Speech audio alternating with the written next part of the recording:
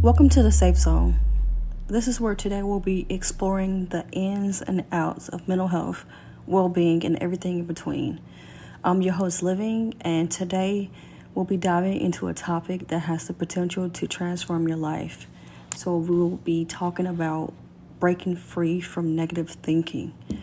I decided to bring this topic up today because I noticed myself falling into those same cycles of just thinking negative and letting that control me, right? So I decided to get on today and just, talk with you guys about breaking free from negative thinking. So when I came up with this topic, I sat down with it and I asked God to reveal to me what had been going on, because I felt like I was at a point of pressure, just where I couldn't think straight. I was very frustrated, and I realized I was only focusing on the negative, and I was only focusing on the what ifs and the worries and the doubts and and not focusing on the, okay, this too shall pass. Eventually I will, not right now, but I can, just positives. And so I was asking myself to just sit down and really think about what was causing me to feel like I was at a disadvantage or a lack, right? And I'm not sure about you, but have you ever caught yourself stuck in a loop of just negative thoughts where it feels like no matter what you do, you can't escape the mental fog? I've been there. And that's why I want to take a dive into the topic to explain to you guys how we can break free. It's really the power of our thoughts. How negative thinking impacts mental health is really our thoughts. You set the tone for how you think. And it's not about pretending to be perfect, but it's just really learning about how to shift your focus and take control of your mental headspace. So first we need to understand negative thinking. What is negative thinking? From my research, it's defined as the habit of focusing on self-doubt, fear, or like worst case scenario type of things. And some of the common triggers behind that is stress, trauma from your past, trying to be a perfectionist, and then if there's any external pressures that you have in the inside, it can contribute to negative thinking. So then you have to ask yourself, why does it happen? And you have to learn how to talk about what's causing your brain to look at life from the negative perspective. You see, our natural tendency is to focus on threats and dangers, but that's only because you're in survival mode. It's a survival mechanism. Most people who are negative, that's a defensive mechanism because they've been in survival mode all their lives, and they've probably never had the opportunity to just defend themselves and really be okay with who they are. So you don't have to prove a point to anyone. But sometimes our brain thinks that way if we feed it negativity. And sometimes societal pressures and comparison, to the culture can amplify the negative thinking. So sometimes if you're on social media and you see somebody who is, in your eyes, they look well off, but you don't know the backstory behind it, it can contribute to pressures that you feel like society is offering, because there's an image you're looking at. So comparison is the thief of joy, from what I've learned to be true in the spirit realm, because you're made unique and you're made in your own way, and if you compare yourself to others, then you're stepping away from that. So just be mindful on why it happens when you're thinking negative. Like, what is it that you're comparing yourself to? Number 3, when you have an impact on your mental health, Sometimes you can highlight how negative thinking fuels your anxiety. It may fuel your depression. It may causes you to have low self-esteem. So you have to think about how that's impacting your mental health by thinking negative. I had a situation recently where I was giving fuel to anxiety and depression and low self-esteem because of how much I had been impacted mentally by a certain situation, and not standing on, okay, yeah, that happened, but this is where I'm at now type of thing. So sometimes you can get caught up in that cycle and that loop. There is some statistics and studies out that does talk about how chronic negativity can rewire the brain over time. And honestly, guys, believe it or not, that's why you may see someone who's well up in age not fulfilling their purpose in life or reaching their destiny, because they've just always been negative. You ever see those people who just you're like, man, you've been here like 80 years and you're still thinking negative, you're still talking about the past. That's how you give room to Alzheimer's and dementia and things of that sort, because you're not focusing on your positive and your present, so over time, if you think negative about life, it can become chronic and it can rewire your brain over time. So I encourage you, please, to understand how negativity can affect your mental health. And just try to your best believe that you have enough confidence inside to refocus and redirect your thought process. So next I want to talk about, because we've already discussed, understanding what negative thinking is and how it impacts us. But next I want to talk about how to break the cycle of negative thinking, right? Because we know now what it is. Next, we want to talk about how to break it. Because you never want to be stuck in a cycle like that for years of your life. And then you look back and you're like, I wish I should have, could have, would have. So first things first, guys, awareness is key. You always want to pay attention to your thought patterns. Be aware. If you feel like if you feel like you start talking or thinking like, man, I'm a failure. Gosh, I really messed up. Yes, but you made a mistake. Now own up to it and then go from there, right? So instead of saying I'm a failure, just reframe it and say I made a mistake. I can learn from it, right? You want to suggest to yourself those positive, awareness keywords, because your brain is being fed that. So maybe journaling could be a certain tool for you to track your triggers and recurring things.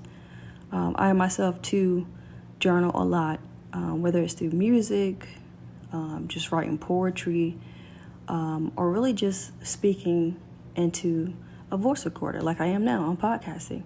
I do that so I can understand and be aware of my own thoughts, because if I'm always surrounded about music, people, and it's never quiet where I can just hear my thoughts, then how can I be aware, And you don't want that to go unnoticed, okay?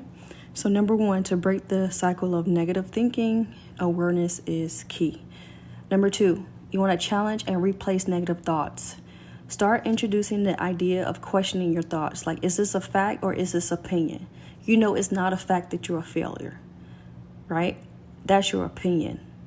The fact is you made a mistake and you can learn from it, right? And then you can also ask yourself, is there evidence to support this? Like, is there a true fact that you're a failure? No, you weren't born a failure, so you're not a failure. And if your brain is trying to analyze that and take it in consideration, then now you can realize in this very moment that negative thinking is leading you. So get out of that. That's not you that's talking. That's the work of the enemy. And sometimes your inner me can feed you negativity. So you have to rewire that and turn it into something positive, okay? So you want to challenge and replace those negative thoughts right away. right? Like, don't even wait. Because if you wait and you're like, oh, I'm come back to it, it's festering, it's building, it's growing, okay? And if something else comes and takes the place of you analyzing that, then now you have another task on hand to deal with, and then that causes a lot of pressure, and you're bound to lash out from that, okay? Also, you can have other words such as, if you say, I can't do this, just try to say, I'm learning how to do this with you. If it's a relationship or just in school, instead of saying, oh, I can't do this, I can't deal with you today. Like, try saying, I'm learning how to do this. And I think that'll take us a long way, because you're replacing the negative thought with something more positive, and you're challenging yourself to actually learn how to, if it's a relationship, get along with that person, or come to a better agreement about something in the midst of you learning how to understand them, okay? Number 3, you want to practice gratitude and positive affirmations. Discuss how gratitude can shift your brain's focus with yourself. Like, I want to encourage you guys to also research these things. Gratitude itself is powerful. In the month of November, that's when a lot of us begin to show gratitude, because it's Thanksgiving month. It's the month to be thankful for. But try taking that and doing it daily, maybe hourly, every second of the day, you're showing gratitude, right? You're really just shifting your brain's focus. And that's practicing gratitude and positive affirmations. So what I do, and it's just a suggestion for a simple exercise, I start and end my day with 3 things that I'm grateful for. And then that kind of helps put me into a perspective and a mood, mindset of, okay, I got some goodness going on, right? And then I'm going to bed with that on my brain, right? Self-compassion is number 4. Encourage yourself to treat yourself with kindness. There's certain mantras and things that you can use. For example, like, I am doing the best I can, and that's enough, right? Because who can ask more from you if you're doing the best that you can? Not the best that they think you can, but you're doing the best that you can. And that's enough, because they're not your God. You're not even your God. You know what I mean? And so if you're doing the best that you can, that's enough. And eventually the results will show and you'll overcome it. But self-compassion is very important, because if you don't show yourself compassion, you're giving yourself you're giving room to allow others to mistreat you, because you don't have that armor on to say, no, I'm doing my best. That's enough, right? You have to have that protection, that boundary to put in place. And it's going to help you identify those who are really for you and those who are not really for you, because a true friend or a true person of compassion themselves, right, will understand that. If they don't have compassion, then they're not going to understand it. And then that lets you know you have to let them go and get from around them, basically. Number 5, mindfulness and breathing techniques. I want you guys to start experiencing techniques that allow you to be grounded. There's certain things you can do as far as just being at peace, just being still, and just listening and trusting that God is going to give you what you need, right? And sometimes that might mean taking a breather, right? And just breathing and getting it out, okay? So those were 5 tips that you could use to center your thoughts and overall break the cycle of negative thoughts, okay? All right, so this next segment is about building long-term resilience. We've already talked about understanding negative thinking, how it impacts our mental health, why it happens, what is negative thinking, and how to break the cycle of negative thoughts, okay? So this next segment is about building long-term resilience. So when I mean filling your house back up, because once you get delivered from something and you break free from it, don't think that spirit is not just going to be lingering around. waiting for the next opportunity for you to be negative. That's how the spirit realm works. It's a daily spiritual warfare for souls, for thoughts, for people's minds. And the enemy knows he does not have the power that God has. So he's very clever. He'll attack your thoughts. He'll attack your mental first. And once he gets a hold of your thoughts, that's how it usually happens, okay? So in the midst of that, you want to build long-term resilience. So that way, when a certain situation comes back up again, you will have that resilience in place to be able to go to war with it in the spirit realm, okay? So you want to surround yourself with positivity. And I emphasize this because there's a major importance of uplifting environments and supportive relationships. You want to surround yourself with people who are positive, right? So you can't go everywhere that you want to go because you feel like it, or because you want to, or because it's going to be packed down here at this club. Like you can't, there's just something inside of you that requires protection. And if you go into a negative environment with no armor, right, you're setting yourself up for failure. And why would you want to be in an environment that's negative, okay? You don't need to be there. You want to also have supportive relationships. So surround yourself with people who support you. If they're not supporting you, please disconnect yourself from them. That's not a relationship. A relationship is give and take. Matter of fact, I would say give and receive, to clarify that more positively, because that's not helping if somebody's not helping you and support you. You know what I mean? And if you can't help yourself, then that's not healthy. So you want to surround yourself around people who are positive and supportive. Also, you want to unfollow on social media if you have social media, or just distance yourself from people that feed negativity. So if you have any social media accounts, Instagram, TikTok, Facebook, there's a certain algorithm that plays into those apps, and you are in control over those apps because they are computer generated. So the more you stay on a certain post, let's say you scroll and you see a post with inspirational quotes. If you look at that post for about 3 to 5, maybe 10 seconds, you're feeding the algorithm that's where your attention is because of how long you viewed the content. So it's going to start feeding you that information a lot faster, a lot more. So on your timeline, you're going to see that. If you like and engage with certain posts, you're going to start seeing more of the same posts. So just if you see negative on your timeline, just unfollow and revamp what you see, because you're feeding your brain. Remember this, you're feeding your mental health with what you see, right? Also, number 2, in building long-term resilience, you want to set realistic goals.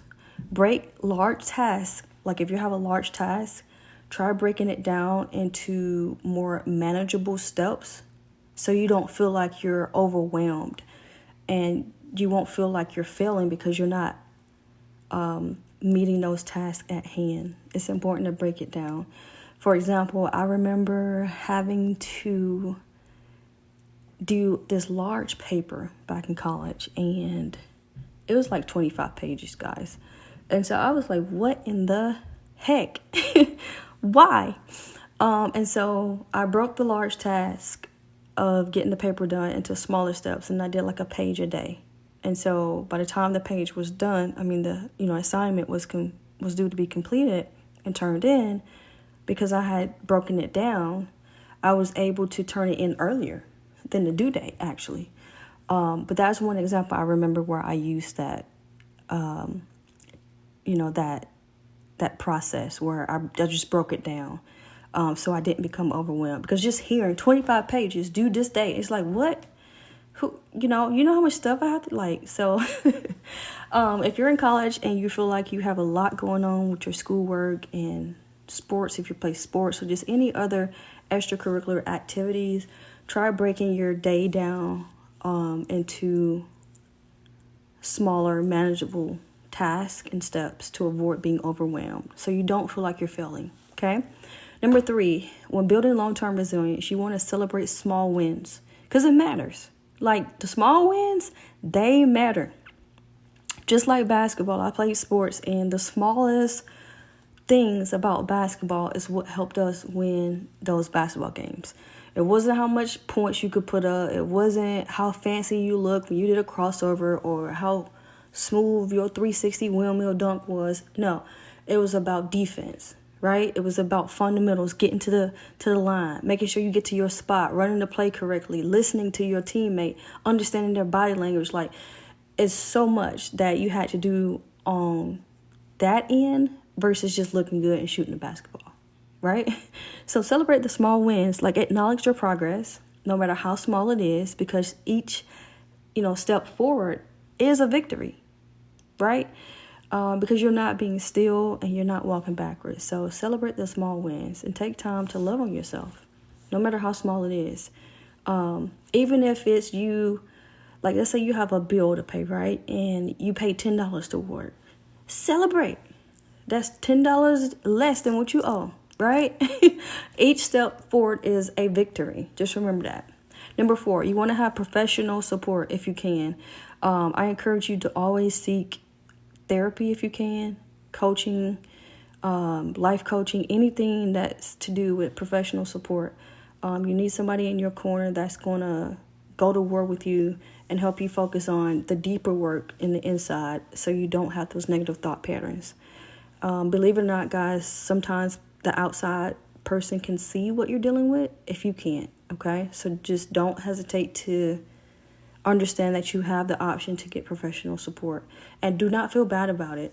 There's a lot of people out here who like to do things by themselves. I'm one of them. I did it once, maybe twice. And you have people who can support you professionally, right? So just remember that, okay? So one of the reasons why I'm so passionate about therapy and coaching, life coaching, because when I was going through what I was going through, I wish at the time some of the stuff, I have therapy now, but I wish there was some professional support I could have just gravitated towards. Not that it wasn't out there, but my mental, you see what I mean, was so overwhelmed. I felt as though there was a disconnect between me actually reaching out for support and trying to handle it myself because I didn't want to seem like a failure. So your perspective on your self-compassion and how you view yourself matters. So I really hope this helps somebody break free from negative thinking because you have a lot to offer to this world. And through gratitude, self-compassion, awareness, and resilience, you can overcome. Okay, so I'm going to end this podcast with an empowering message that I have for you guys, and it goes like this. It says, negative thoughts don't have to control you. You have the power to shift your mindset and take back control of your mental space.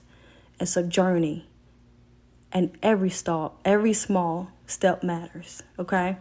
No matter how big it is or how small it is, every step matters, okay? I would suggest taking small steps, though, because, it's not a race. Nipsey Hussle always said it's a marathon. I don't know if y'all know him. He's a famous rapper that transitioned early on, not too long ago. But he said it's a marathon. And so I think when he finally learned to just embrace the journey, right, that's when things started to open up for him. So I want to encourage you guys to try some of the strategies that we discussed here today. And please don't hesitate to share your experience in the comment section below, because you never know who else could use that advice, right? Especially if you've been through it and you overcame it. All right, so until next time, we'll be talking about cultivating self-confidence next time, because once you shift your mindset, guys, the sky is the limit. And so I want to talk to you guys about self-confidence after this, because I think that's going to spill over into a different topic to do with physical health and things of that sort, okay? If you want to reach out to me via social media, I'm sure there's a Linktree account in the bio that you can click on and just see where things are at. And if you'd like to get a recap of today's episode, it'll be posted on YouTube, okay? So I do appreciate you guys so much for listening and tuning in to the Safe Zone. Thank you for joining me on today's episode. If you have enjoyed this episode, please don't hesitate to comment, like, subscribe, share, and save this information. Consider sharing it with somebody who might benefit from it. Leave a review, to help others find our show. And just remember that you have the power to control the negative thinking, okay? Until next time, take care of your mind, take care of your soul, and stay free. This is the Safe Zone.